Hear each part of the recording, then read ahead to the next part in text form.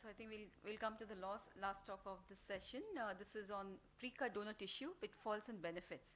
So we all have, majority of us have moved to pre-cut, which is provided by the iBank, but some instances are there where we ask for manual preparation, which is primarily done by the surgeons alone. This is just a video just to show how the manual preparation is being done and the automated preparation. So what difference one will happen is that in the automated pre-cut, we have dissection which is limited to the central part, central 9 to 10 millimeters, whereas in the manual dissection, you have a dissection which is right from limbus to limbus. This is important for certain selection criteria between the two methods. So DSEC pre-cut can be done by both the methods, and the advantages of pre-cut, which is done by the automated process by the involving the iBank team. The various advantages I would say are, one is that it reduces the surgery time for the surgeon. The interface is far more regular and there's lesser risk of donor loss compared to manual dissection, which can happen because of variations in the tissue, and hence this is more predictable. The one disadvantage of pre-cut automated compared to manual would be the cost involved in the setting up the pre-cut lab, and the warming cycle is introduced because the pre-cut mandates you to do a specular before and afterwards, because the end user may be slightly different from the primary place where it is being done. And the second and the third thing, which we already discussed in the DSEC manual preparation, is about the centration. In centration, it is important because the manual dissection is from limbus to limbus, whereas the centration is very important for the pre-cut automated because smaller area relative to the manual dissection process. Now I'll be covering this talk into 4 headings: the pre-cut assessment prior to surgery, which is of relevance to the surgical outcomes; pre-cut preparation for insertion and imperfection which can happen in the pre-cut tissue; and handling inadvertent issues during the preparation. So this is how the pre-cut donor looks like when we get in the iBank. So it will be in the viewing chamber with the cornea mounted in the guard in the center, and there are 4 marking dots available to know the centration within which you have to be while trephination. So pre-cut donor assessment in the operating room should include looking into the donor parameter, donor form, which includes the parameters such as pachymetry, graft diameter, pre and post-cut endothelium, which is done as a protocol, and pre-cut preparation to surgery time interval. This is also relevant, and gross examination of the pre-cut tissue to identify the centration marking dots and the anterior lamellar cap, because quite often if the preparation time and the utilization time is different, the anterior cap may be missing, which is of relevance because the cap does not stay there for long, and sometimes if a longer preservation has been done with the pre-cut, then the centration identifying marking dots may become faint to know the exact centration of the tissue.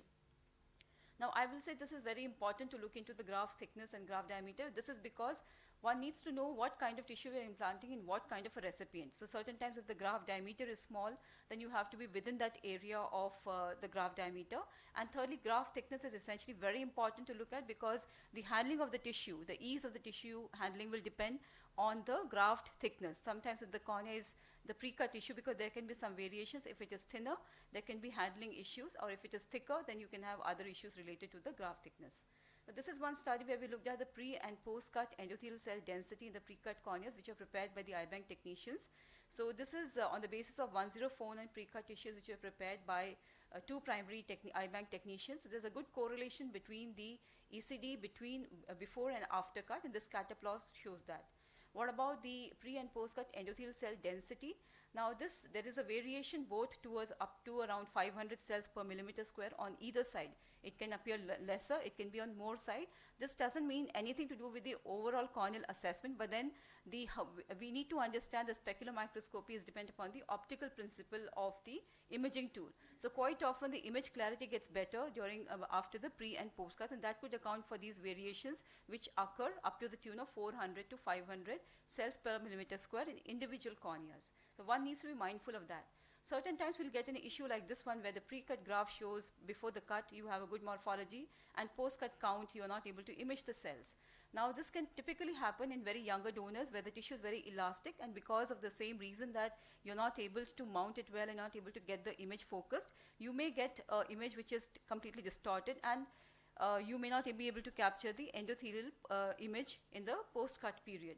Now what does this mean? Should we discard these corneas? Should we utilize these corneas? Now this again is kind of subject to variation. If there has been no protocol deviation from the iBank side and the technicians you have confidence into, and no mishaps happen during the pre-cut tissue preparation, one would be okay to use these corneas, and we have used these corneas. Personally, we have had experience in using these corneas, sometimes because you don't get, for various reasons, the post-cut count. So we having utilized those corneas, the corneas do recover as long as you are sure like there was no issues, you can certainly use that. Now, what about the pre-cut graft thickness? Now, there can be a lenticule thickness variation because primarily the way you apply this force upon the microkeratome, there could be certain deviations in the posterior lamellar thickness, and this table shows that. So, less than 100 micron thickness was seen in 0.5% of the tissues amongst those 1049 corneas which were done for pre-cut, and between 101 to 150, between 100 to 150, majority fall in this category. 56% were with this posterior thickness of this nature, and between 151 to 200 there were more than like 40.3%, and more than 201 were a very small percentage, 3% had that, and these corneas were all utilized. Now, these are two things. The tissue, when it is too thin, it may not have a very good memory to retain its shape. It behaves almost like a DMAC roll. So one needs to be cautious about these corneas not to lose the polarity and the right orientation. So what should one do is one can mark the cornea to get the right orientation. Thicker grafts are okay to use, they don't cause any issue, but they may just take a little longer time for corneal graft clarity to recover, and they can sometimes account for a little bit of an hyperopic shift.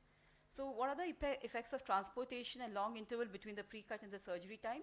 As such, no effect on the endothelial cells, but the 2 points which we discussed earlier was about the anterior lamellar cap dislodgement that can occur in longer preservation, and centration mark dots can become a little fainter, which one needs to be careful about while trephinition.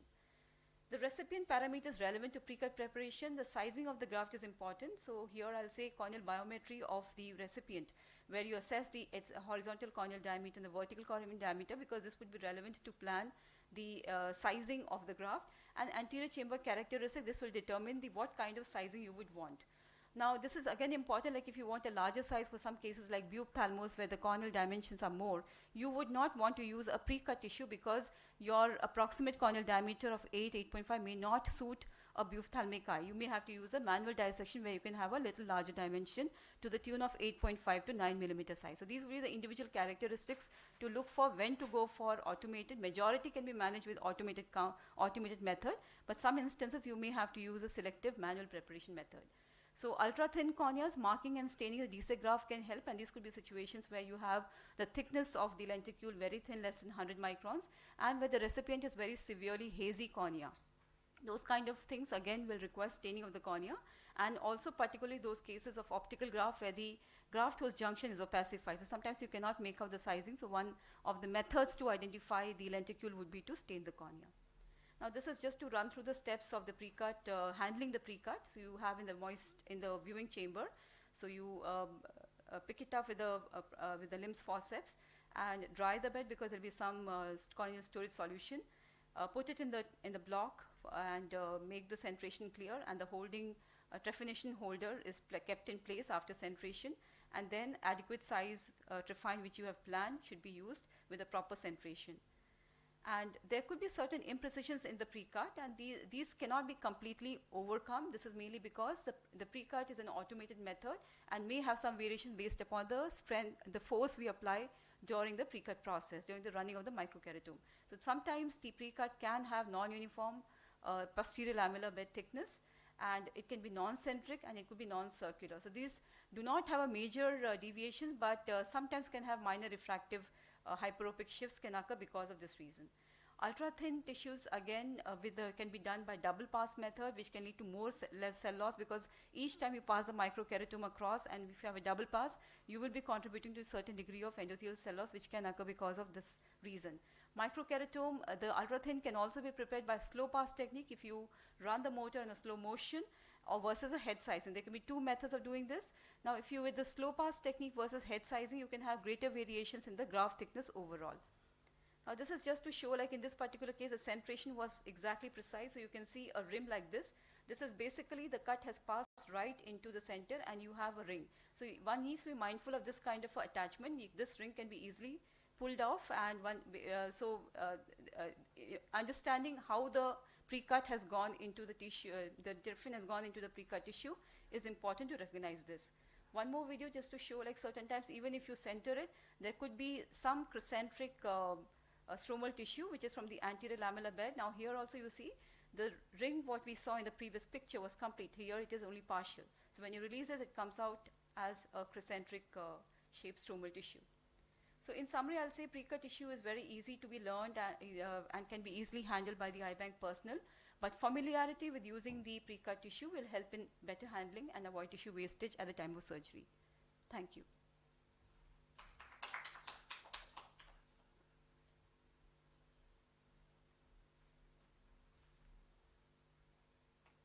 Yeah, I think we can. Dr. Sujata, any comments? And, okay, all right. I think it was a nice session, and I think all talks were very relevant, and enjoyed it from everyone. Thank you.